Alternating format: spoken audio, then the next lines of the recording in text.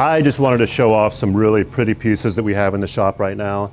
There's some pieces that when we're milling them, we just can't stop looking at them.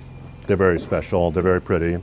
So we have some really nice monkey pod rounds with a shape that's really pleasing, and we just wanted to share that with y'all. So we do make a leg that I think fits well with these.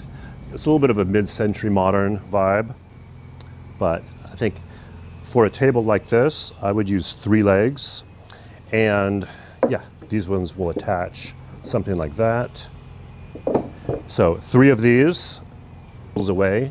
I think it's always most attractive, and structurally it makes sense when a leg angles away as opposed to being straight up and down. When you have that angle, it gives it good racking support or strength. And I think a leg that tapers is quite nice.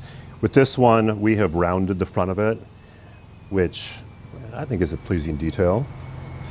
So if you would like to have a coffee table or end table, these are here waiting for you.